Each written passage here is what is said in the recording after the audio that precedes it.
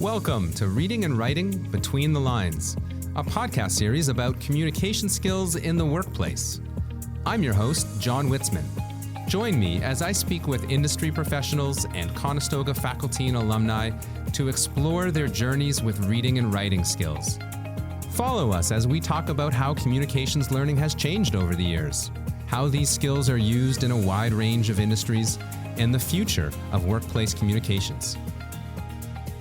I'm really curious to know a little bit about your practice. You know, the development that you took to get to a point where you could understand this was the goal and that you could achieve it. Do you remember?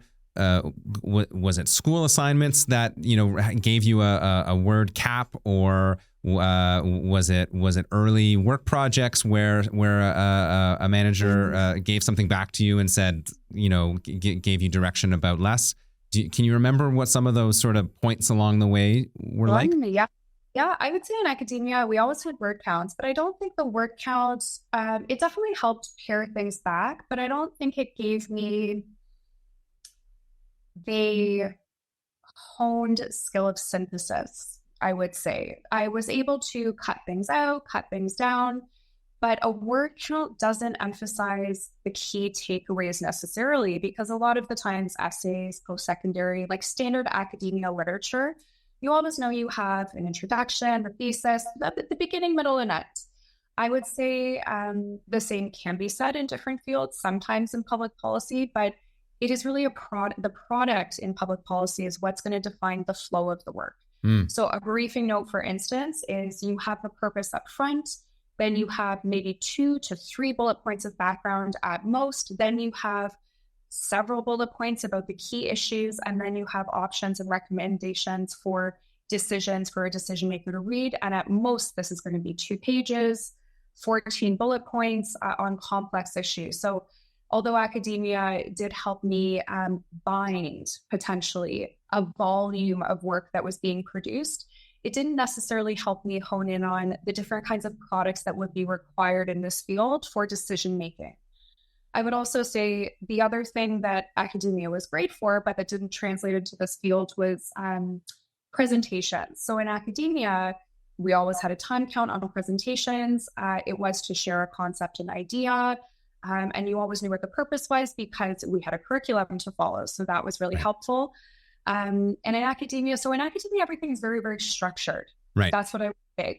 I went to college, so I can resonate with college students, but also I went to 3 universities as well. So this, it gives us a lot of structure. I would say that is not necessarily true in public service, because there is a ton of structure. Bureaucracy is very structured and there are policies and protocols to follow, but when you're dealing with emergency services, which is the area in which I specialize, in public safety, you have a lot of emergencies. And in an emergency, and when you're dealing with society and members of your community and people in general, the need is constantly changing. Right. And therefore, we have to adapt. Unlike in academia, a curriculum, if it works, we stick with it maybe year over year, but in public service, the need could change from one month to the next, and certainly resources change. We could have some more, and these days we don't. It's always less and less.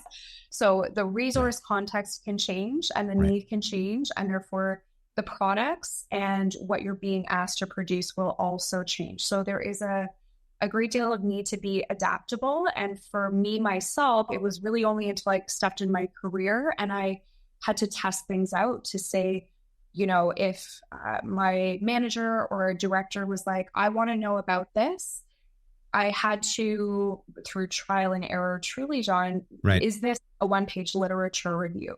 Is this a 5-slide PowerPoint presentation?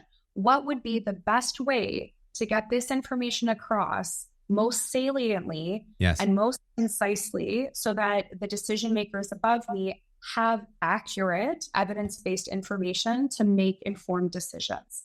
And then that goes up the line to assistant deputy ministers, or in the case of municipal governance, city council, general managers. So really through trial and error. But what I would say to people is getting into this particular field, maybe there are a lot of things academia helps me with, Right. but it will be through practice in your career in the area in which you work in public service that will really help you hone these skills. And that marks the end of another episode of Reading and Writing Between the Lines, a podcast hosted by me, John Witzman, on behalf of the Communications Department and School of Interdisciplinary Studies at Conestoga College. You can find other episodes of this series on our YouTube channel, Reading and Writing Between the Lines. Stay tuned for more episodes. Thanks for listening.